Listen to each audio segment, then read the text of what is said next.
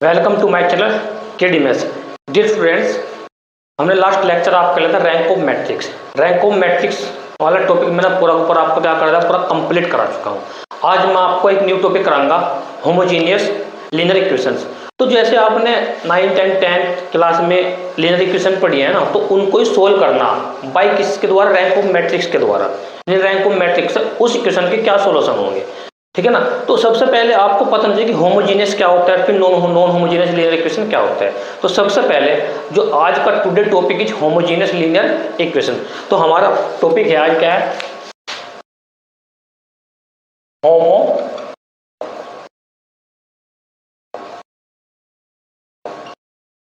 Homogeneous linear equations.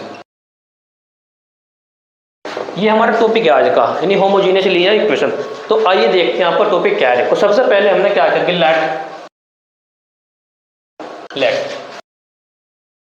हमने ये a11 x1 plus a2 x2 plus फिर डॉट फिर plus a1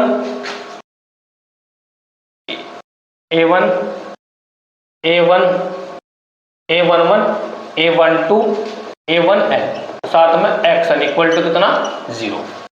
next a21 x1 plus a2 x2 plus dot फिर plus a2n xn equal to कितना 0। फिर ऐसे dot फिर हमने ऐसे करके फिर डॉट करके फिर हमने लिया last am1 x1 plus am2 x2 plus dot फिर plus amn xn equal to कितना 0। BA system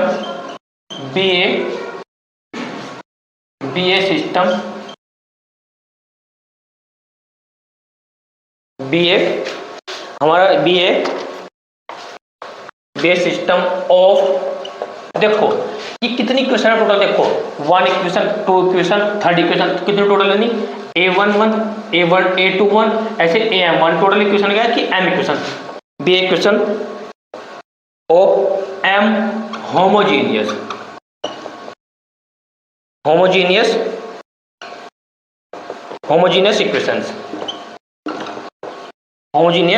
equation in and unknowns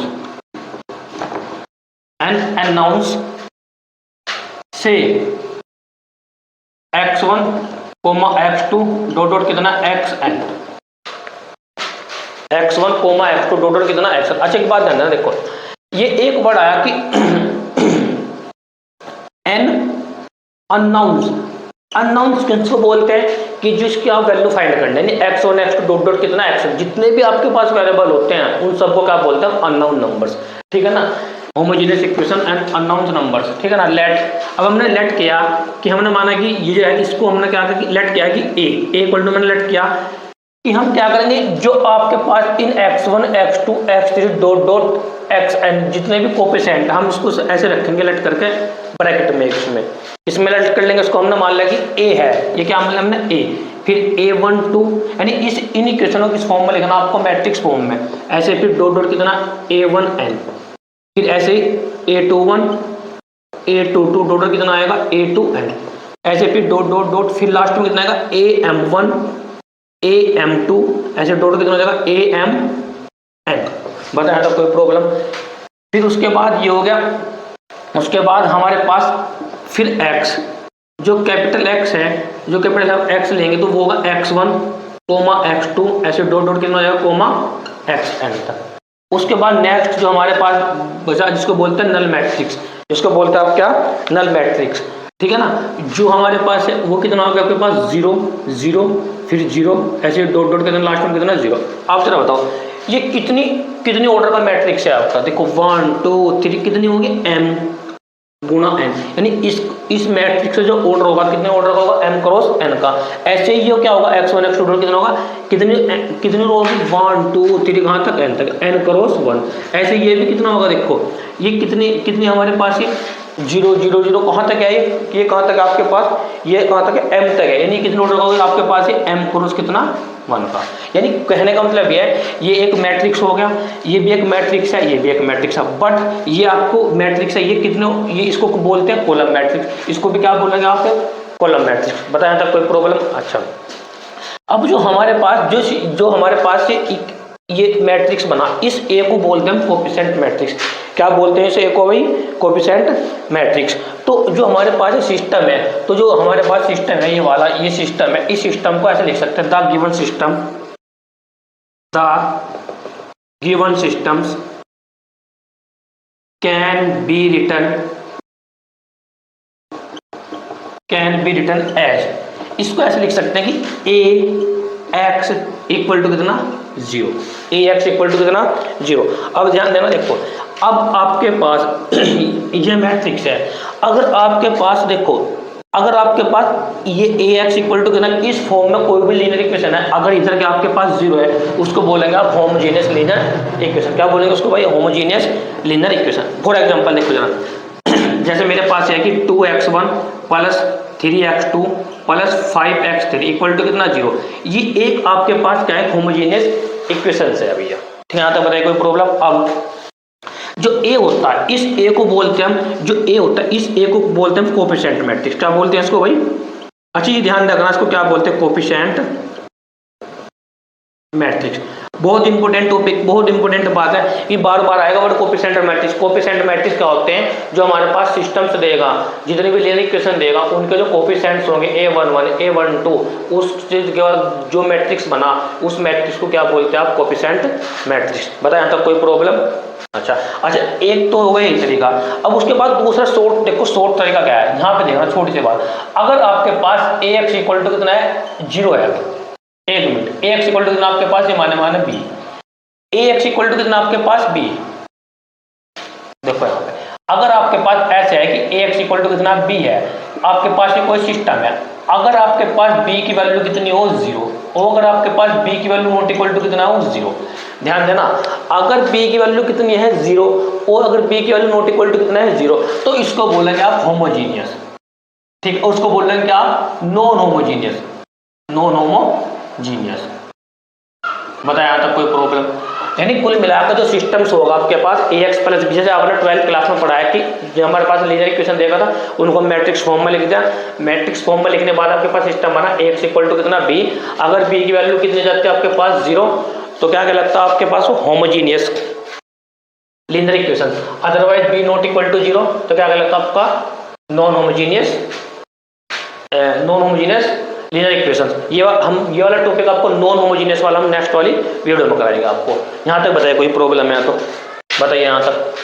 तो सबसे पहले आपके पास लीनियर इक्वेशन देकर रखेगा, उसको आपको मैट्रिक्स फॉर्म में लिखना है, सही, ठीक है ना। उसके बाद आपको इस फॉर्म में बनाना ए एक्स इक्वल टू कितना 0। अच्छा, पहचान क्या होगी कि होमोजीनियस है कि नॉन होमोजीनियस है, मैंने अभी बताया पहचान क्या होगी, बी की वैल्यू 0 तो होमोजीनियस लीनियर इक्वेशन, अदरवाइज क्या कहलाएगा आपके पास, नॉन होमोजीनियस लीनियर इक्वेशन। बताया तो कोई प्रॉब्लम, एक बार नोट डाउन कर लीजिए, हो गया। चलो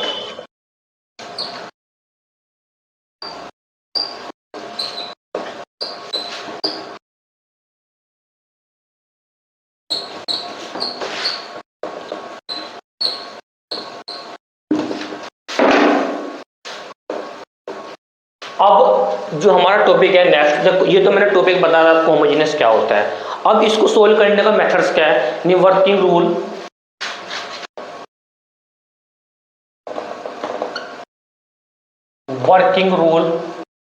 होमोजेनियस,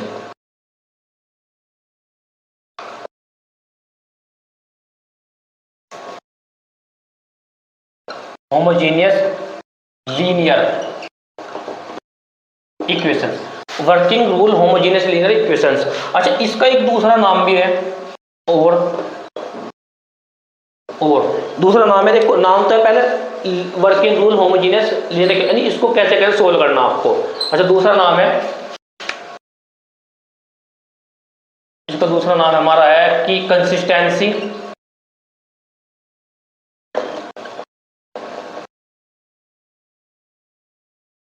सॉल्यूशन, ऐसे solution solution of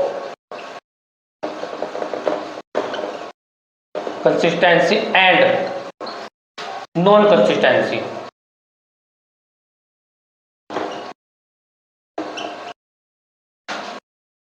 non consistency, ठीक है। अब देखो दो नाम है, इसके ध्यान रखना ऐसे भी, क्योंकि ये जो टॉपिक ये अधिकतर बीएससी क्लासेस में लिखा था कि working rule homogeneous linear equations, ठीक है ना। और जो इंजीनियरिंग क्लासेस होते हैं जैसे बीटेक वगैरह में, तो आपको ये मिलेगा ये लिखा हुआ, ठीक है ना।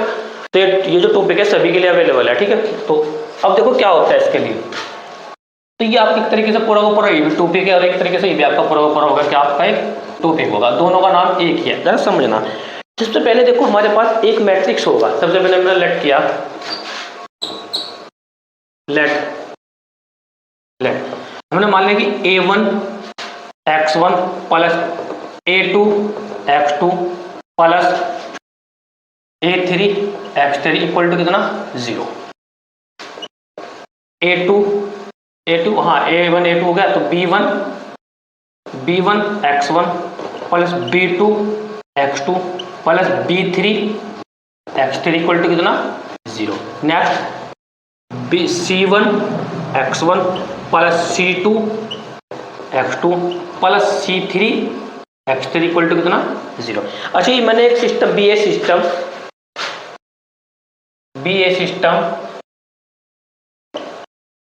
System of linear equations of no homogeneous linear equations of BA system of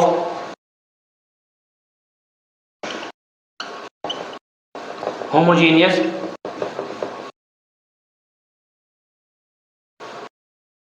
linear equations. ये आपके पास एक सिस्टम्स है बी होमोजेनियस लीनियर इक्वेशंस, ठीक है ना।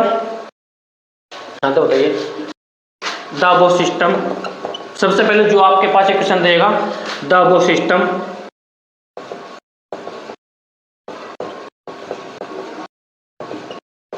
Can be written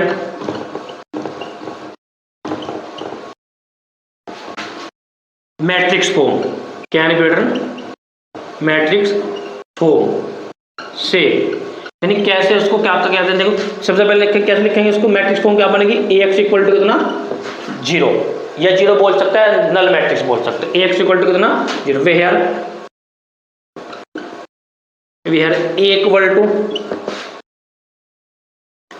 equal to हमारे पास A1 A2 A3 B1 B2 B3 C1 C2 C3, फिर X हमारे पास X1 X2 X3, फिर हमारे पास नल मैट्रिक्स 0 0 0। यहाँ तक बताइए कोई प्रॉब्लम,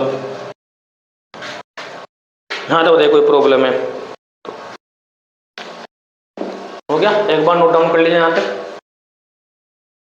यहीं पे लिख देते थोड़ा सा। देखो अब जो हमें करना, सबसे पहला जो पार्ट होगा हमारा,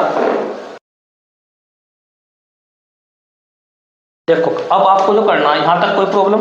अब सबसे पहला जो पॉइंट होगा यानी स्टेप 1, तो स्टेप 1 होगा जो हम इसको ए को क्या बोलते हैं, अभी मैंने बताया, इसको ए को बोलते हैं coefficient matrix. The coefficient matrix, the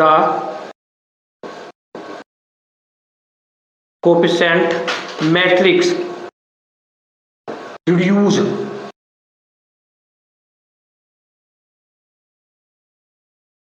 reduced to echelon form, यानी echelon form, सॉरी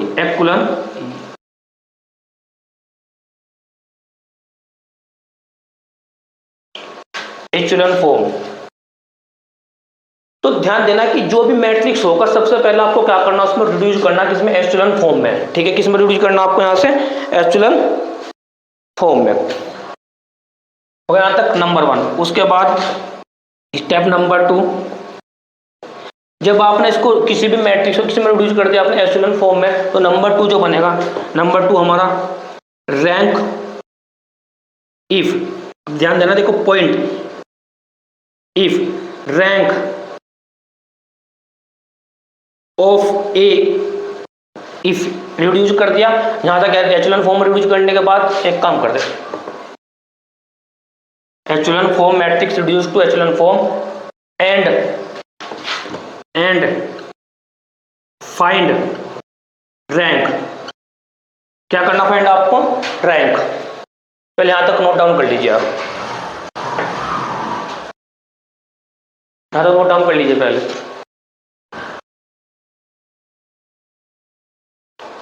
हो गया यहां तक भी? चलो अब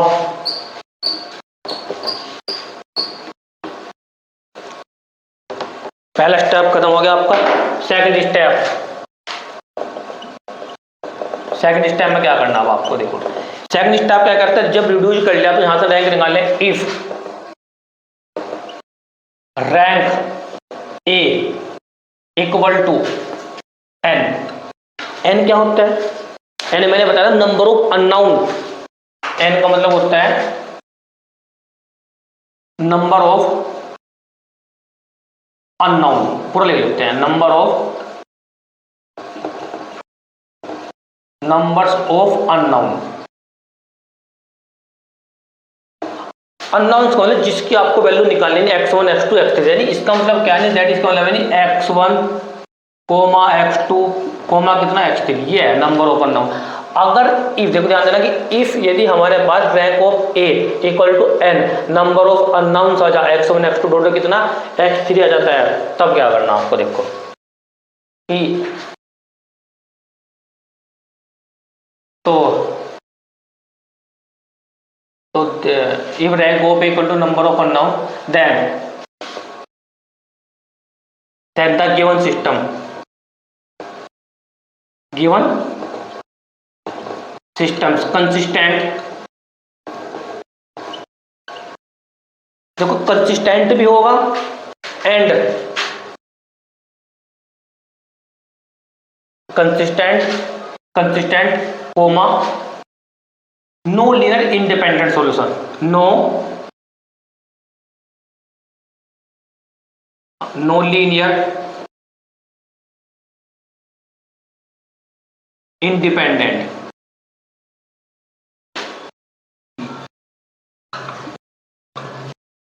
no linear independent, short form को बोलते हैं LI, no linear independent, the given system consistent comma no linear independent and zero solution. Zero, देखो एक तो है जीरो सॉल्यूशन और आपकी बुक्स में ही इसका दूसरा नाम है, इसको बोलते हैं, देखो जीरो सॉल्यूशन हो गया, इसका दूसरा नाम हो गया हमारा जीरो सॉल्यूशन या trivial solution.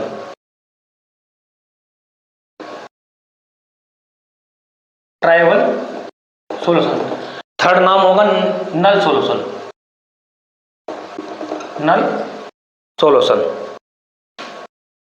Null solution, trivial solution हो गया भैया। अच्छा यहाँ तक। अब देखो एक बात ध्यान देनी, यानी इसका मतलब, यानी इस पूरी लैंग्वेज का मतलब है दैट इज, अर्थात जो x1 का जो मान मिलेगा ना जब आप सोल्व करोगे वो भी जीरो, और x2 की जो वैल्यू मिलेगी वो भी जीरो, और x3 की जो भी वैल्यू मिलेगी वो भी कितनी कहलाओगे आपकी, जीरो कहलाओगे। लेकिन बट कब कहलाएगी, अगर रैंक ऑफ ए, मैंने बताया कि rank of A N for number of unknown के इक्वल है। नंबर ऑफ अननाउन का मतलब नहीं x1 x2 x3, जो भी आपके पास क्वेश्चन में वेरिएबल है x1 x2 x3 है, या आपके पास क्या हो xy z है, अगर ये इक्वल आ जाता है तब हमारे पास सिस्टम क्या होता है, देखो कंसिस्टेंट का मतलब होता है उस सिस्टम के सॉल्यूशन भी है, साथ में क्या हो नो लीनियर इंडिपेंडेंट सॉल्यूशन भी है।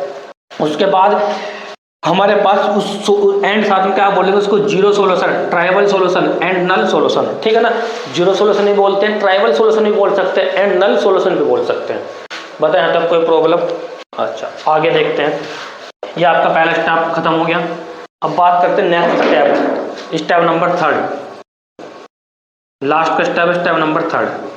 अब ध्यान दो, देखो स्टेप नंबर थर्ड में क्या कहता है, देखो इफ, सेम ऐसे ही है, इफ रैंक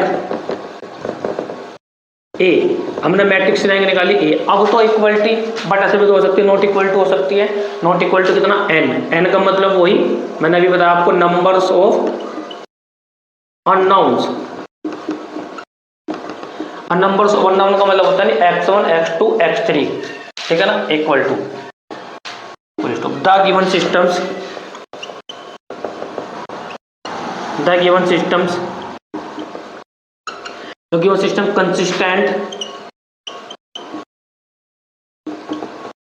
कंसिस्टेंट होगा,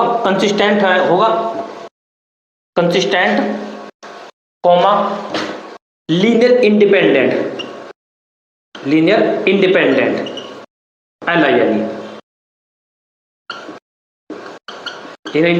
एंड इनफाइनाइट सॉल्यूशन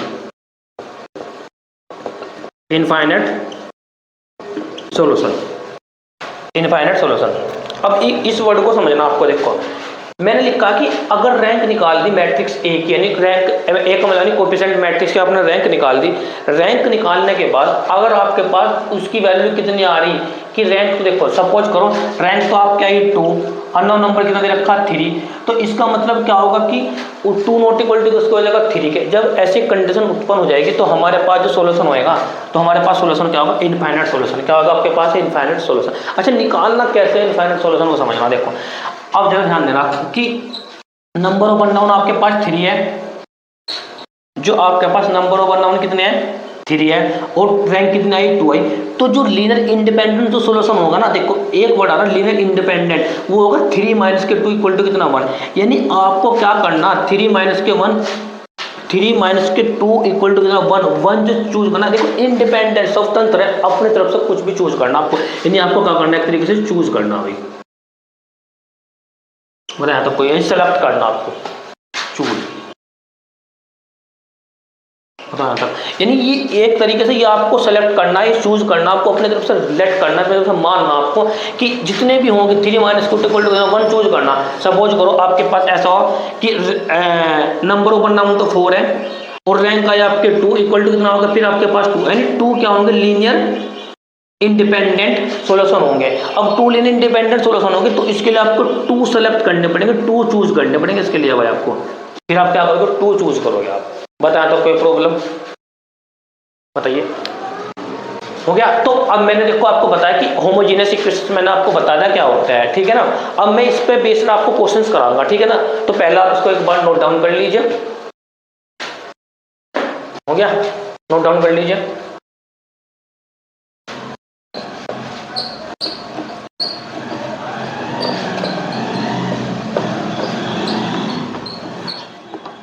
अब देखते हैं आगे।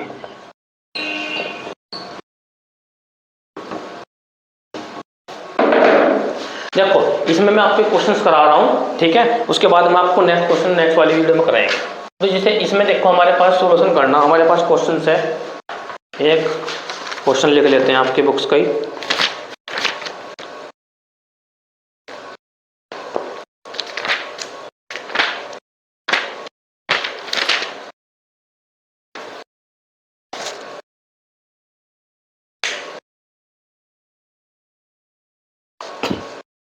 देखो आपके पास है क्वेश्चन है आपके पास ही, ये एक तरीके से आपको फॉर एग्जांपल, क्योंकि हम तो आपको एग्जांपल करा रहे हैं। एग्जांपल देखो, एग्जांपल है आपके पास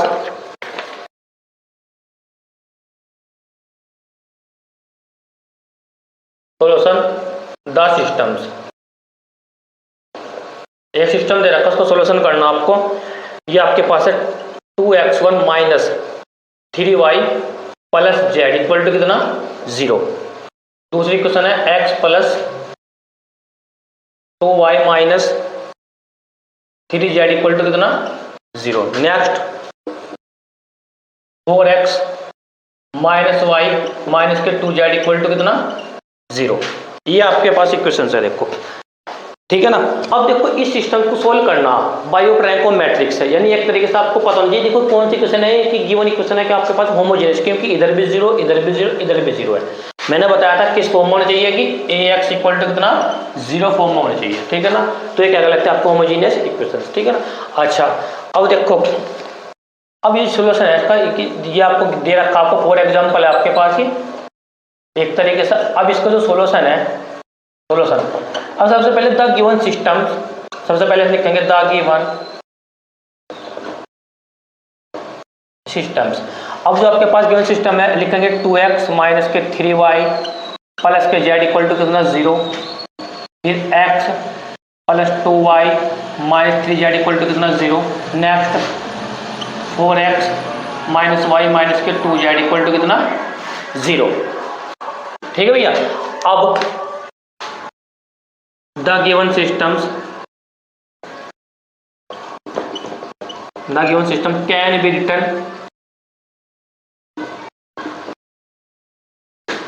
एज मैट्रिक्स फॉर्म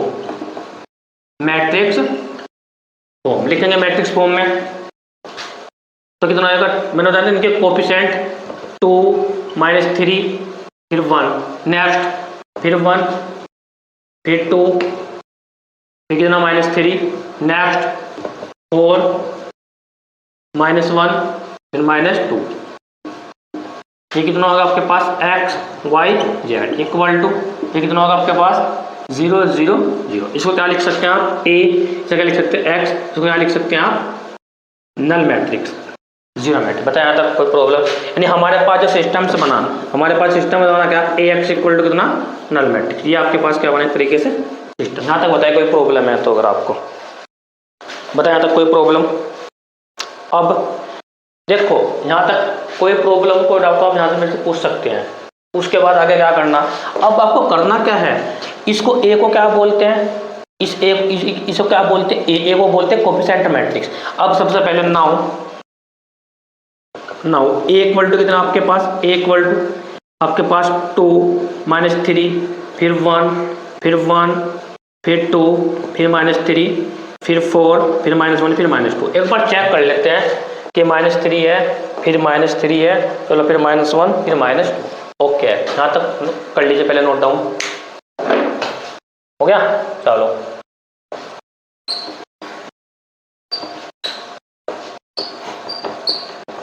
अब मैंने आपको क्या बताया था, जो भी आपके पास कोफिशिएंट मैट्रिक्स होगा उसको आपको सोल्व करना बाय किससे, एचेलॉन फॉर्म से। लेकिन एचेलॉन फॉर्म के लिए शर्त क्या है, मैंने बताया एचेलॉन फॉर्म के लिए क्या शर्त है, याद करो कि हमेशा यहाँ कितना 1 के बाद कुछ भी एलिमेंट हो सकता है। इस 1 के नीचे हमेशा कितना होएगा 0, फिर यहाँ पे कुछ भी एलिमेंट हो सकता है लेकिन पहला नॉन जीरो एलिमेंट कितना होगा 1।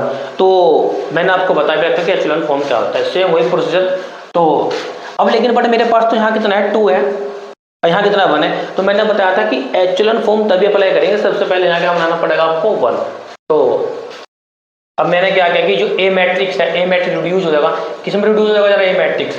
अब ध्यान देना कि मैंने क्या किया कि अब हम क्या करेंगे, देखो कि R1 interchange R2, R1 interchange R2। तो मैंने कितना 1 फिर कितना 2 फिर कितना -3, नेक्स्ट फिर 2 फिर -3 फिर कितना आपके पास ये 1। बताया तो कोई प्रॉब्लम, फिर आपके पास 4 फिर आपके पास कितना -1 फिर आपके पास कितना -2। अब मैंने ये बताया था कि इसकी रैंक निकालनी बाय एचेलॉन फॉर्म मेथड से, बाय किससे एचेलॉन फॉर्म मेथड से या equivalent form method, sorry equivalent form method. तो कैसे निकालनी जरा देखना। तो ए मैट्रिक्स रिड्यूस, अब जरा मैंने क्या बताया था कि अगर हमें यहाँ इस 1 के नीचे 0 बनाना, तो 0 बनाने के लिए क्या करेंगे, अगर हम इसमें R1 में 2 से मल्टीप्लाई कर दें, उसके साथ क्या कर दें सब्ट्रैक्ट कर दें, तो आपका क्या बन जाएगा 0। यानी देखो R2 चेंज करनी कि R2 -2R1। अच्छा ऐसे ही R3 चेंज करेंगे, R3 चेंज करेंगे R3 -4R1। बताया था कोई प्रॉब्लम, करो चेंज, कोई डाउट। चलो अब पहली रो हमेशा एज इट इज रहेगी, कुछ भी चेंज नहीं होगा। जरा करो 2 से मल्टीप्लाई करो और उसको सब्ट्रैक्ट करो, कितना आएगा 0। तो क्योंकि 2 हो जाएगा -2 -3 फिर -2 मल्टीप्लाई करके 4 -3 फिर कितना हो जाएगा 4।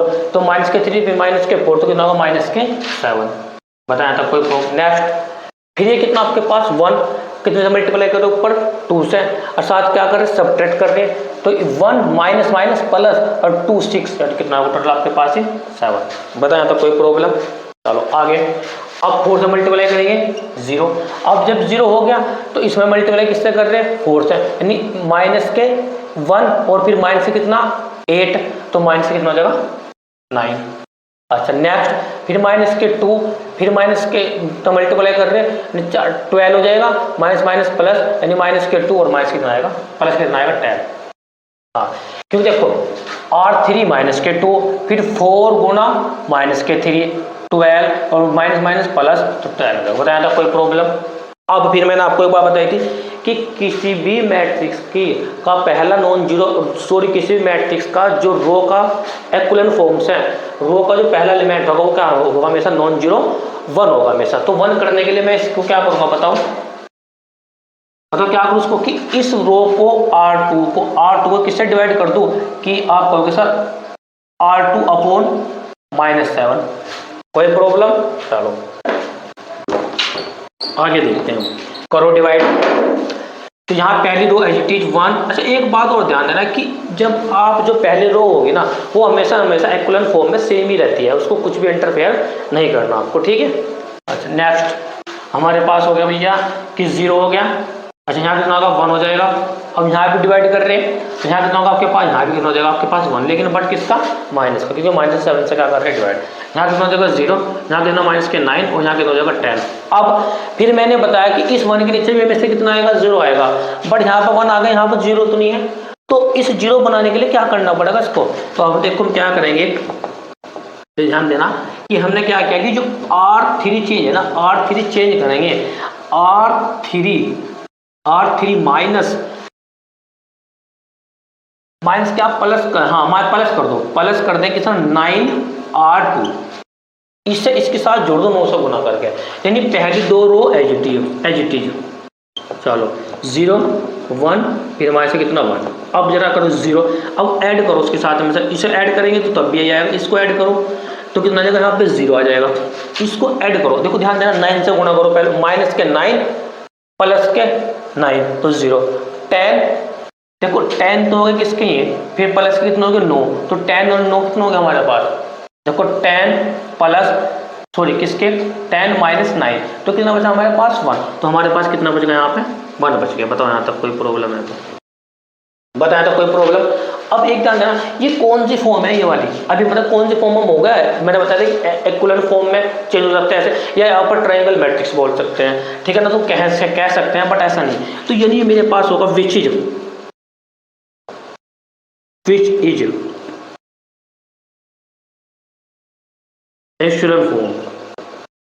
एशुरल form so that the rank of matrix rho A क्या होती है बताया जरा, रो ए मैंने बताया number of unknown row,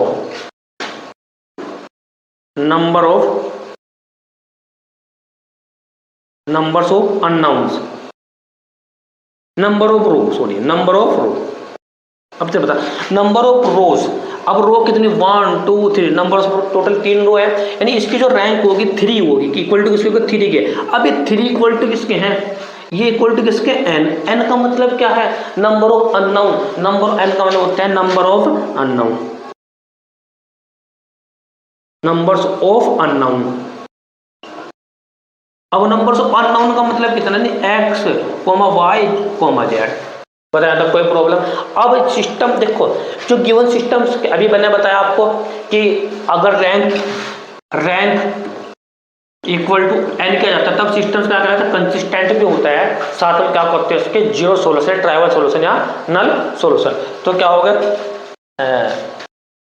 the which is echelon form so that the rank of matrix A equal to number of rows equal to 3 equal to n for numbers of unknown x y z, तो so that तो कहाँ तक करते नहीं number of, तो लिखेंगे the given systems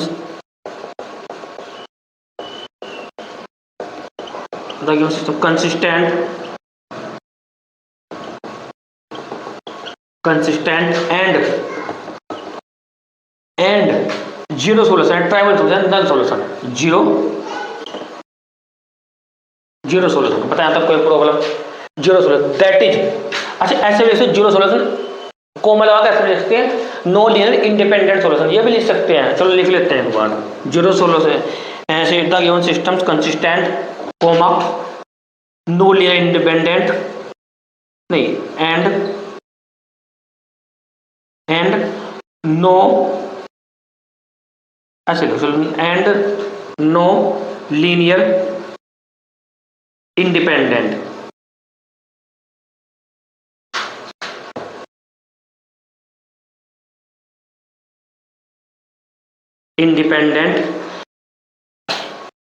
coma साथ में क्या लिखेंगे, जीरो सोल्यूशन, जीरो सोल्यूशन। बताया था कोई दैट इज, अर्थात क्या मतलब है इसका कि जो x की वैल्यू वो भी जीरो, y की वैल्यू वो भी जीरो, z की वैल्यू वो भी कितना, जीरो। बताया था कोई प्रॉब्लम। यानी मैं देखो चाहे तो ऐसा लिखो, आपकी मर्जी कैसे भी लिख सकते हो, आप मेरे से अच्छा लिख सकते हो, ठीक है, बुक्स में भी लिखा हुआ है आपको, ठीक है ना। तो ये बताइए टॉपिक आपको समझ में आया। मैंने आपको इसमें सिर्फ एक क्वेश्चंस कराया इस वाले वीडियो में, यानी मैंने आपको पहले बताया होमोजीनियस क्या होते हैं, फिर उसका वर्किंग रूल बताया, फिर उसके बाद मैंने आपको एक एग्जांपल्स करा दिया, ठीक है ना। अब मैं एक क्वेश्चन और कराऊंगा आपको, एक दो क्वेश्चन और नेक्स्ट वाली वीडियो में, ठीक है ना। तो बताया था कोई प्रॉब्लम। तो वीडियो देखने के लिए धन्यवाद। वीडियो को लाइक करें, शेयर करें और जरूरतमंद तो पहुंचाने में हमारी मदद करें। अच्छा एक बात ध्यान रखना, देखो कोई भी टॉपिक करने से पहले आपको बेसिक कॉन्सेप्ट पता होना बहुत जरूरी है। अगर आपका बेसिक क्लियर है तब आप अच्छे से क्वेश्चन कर सकते हैं।